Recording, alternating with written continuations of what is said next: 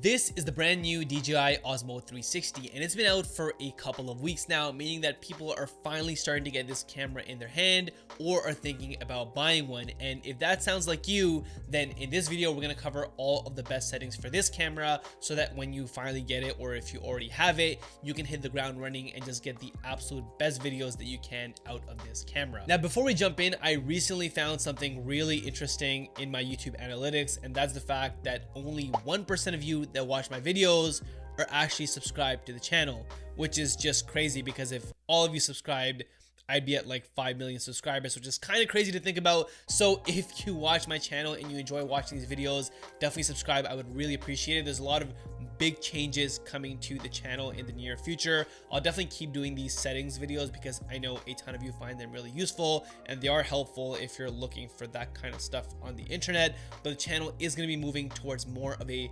vlog, review, cinematic style. You guys seem to really like the day in the life videos. So if that's something you're also excited for, then definitely subscribe to the channel, and I'll stop talking at this point and we can get into the settings for the DJI Osmo 360. All right, so let's dive right in. So the first thing you want to do is you want to click on the bottom left.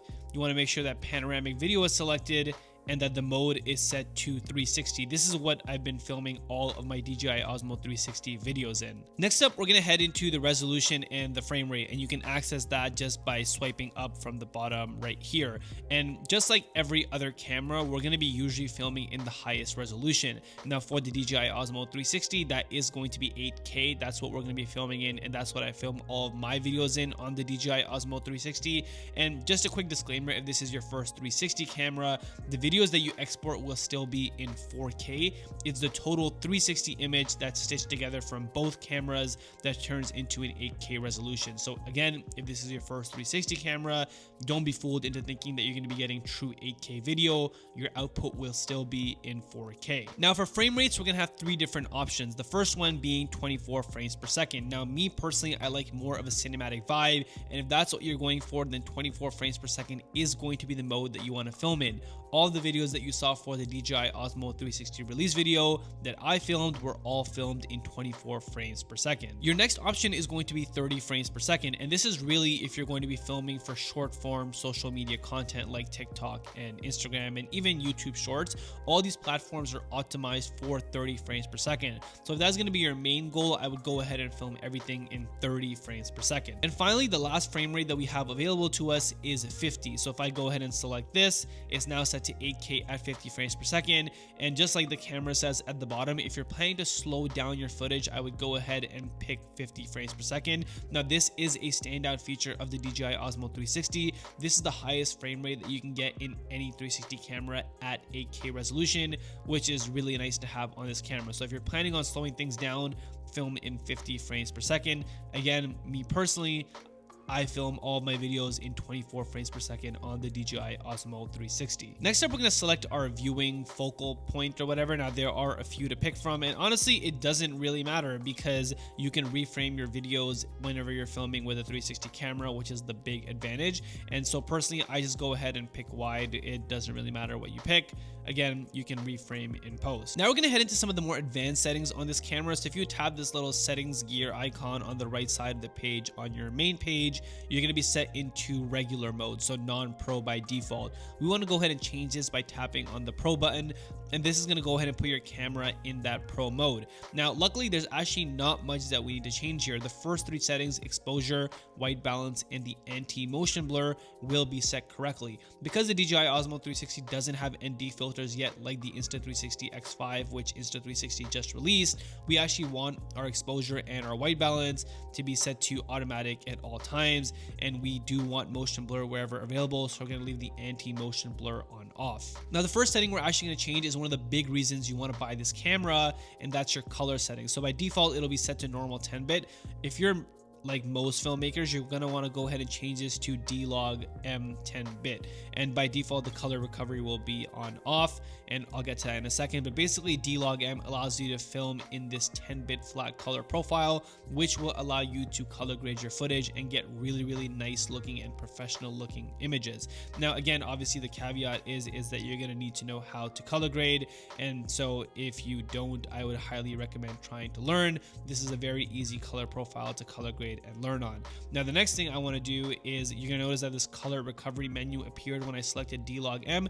I want to go ahead and turn this on, and all this does is that it basically brings color to your 10-bit D-Log-M footage, and that's just for more of a monitoring use. So meaning that it's not actually color grading your video for you, it's just showing you what it would look like if you were color grading your footage. So if you're going to go ahead and monitor the video on your phone or something, it's going to show you what it's going to look like afterwards, and this will give you a good sense of maybe what the colors will look like once you've gone ahead and adjusted them in post. Now, if you don't know how to color grade or you don't want to color grade, then I do have good news for you. DJI has included this normal 10-bit color mode, so all the colors baked in. You don't have to do any kind of editing, but you still get that 10-bit footage, making your footage look that much more professional and more punchy. 10-bit just gives you way more color than you're used to compared to 8-bit. Now, personally, I use 10-bit D-Log-M for all of my videos on the Osmo 360, but if you don't want to go ahead and color grade, you can definitely use the normal mode. Now, the last setting we're going to change in this Pro mode, which is really what helps DJI to really separate itself from the competition, is giving you these additional controls in their Pro mode, is some of the image adjustment parameters over here. So if I go ahead and tap on these, I already have these adjusted, but what you want to do is you want to lower your texture to -2. This is essentially just sharpening, and taking away the sharpening is going to give you a much more natural look in your images. You can always add sharpening later in post, but it's very difficult to take it away, which is why I set this to -2.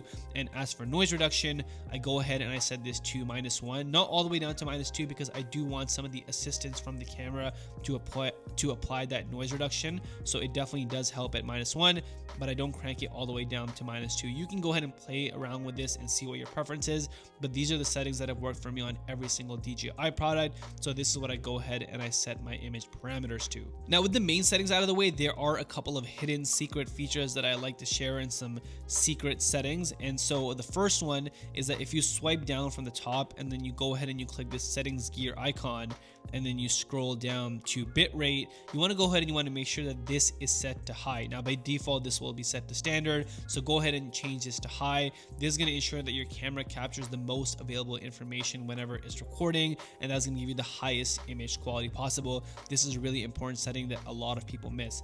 And the other setting that I usually change is if you scroll over to the next page, they will have grids available. Now, by default, this is set to none. I have this turned on to grid. Again, because this is a 360 camera and you're going to be recording 360 footage, this is not really essential, but it will definitely help in framing up certain shots if you're planning on having the camera static whenever you're editing. So again, not necessarily at all, but I would go ahead and turn this on if I was you. Now, for this part, you are going to want to go ahead and get your phone and you're going to want to connect it to your camera. And I'm just going to show you the export settings and the export workflow if you're editing on your phone, to ensure that you don't lose any of that quality when you're editing, and just making sure that you still get the highest quality image file whenever you're done with your entire edit. So the first thing you want to do is you just want to select one of your videos that you've already edited or you're going to edit. And once you have all the framing and everything lined up for your edit and everything you want to do, you want to go ahead and click on this button at the top, and you want to change your picture quality to 4K. Like I mentioned earlier, even if you record in 8K,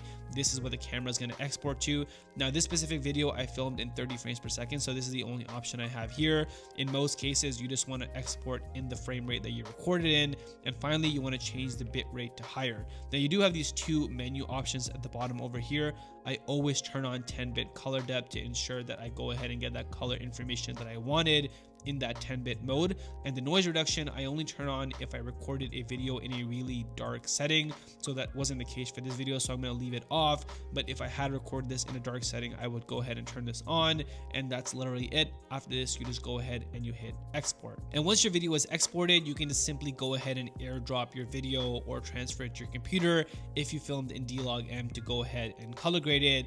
And that's literally the entire workflow and the settings that I use to ensure that I get the highest quality image out of the DJI Osmo 360. And that's it. Those are all my settings for you to get cinematic looking footage out of the DJI Osmo 360. So hopefully that helps you out and you got exactly what you were looking for by clicking on this video. And if you have any additional questions, definitely leave a comment below. I will try my best to get to it. But that's it for this video. I'll see you on the next one. And until then, keep creating.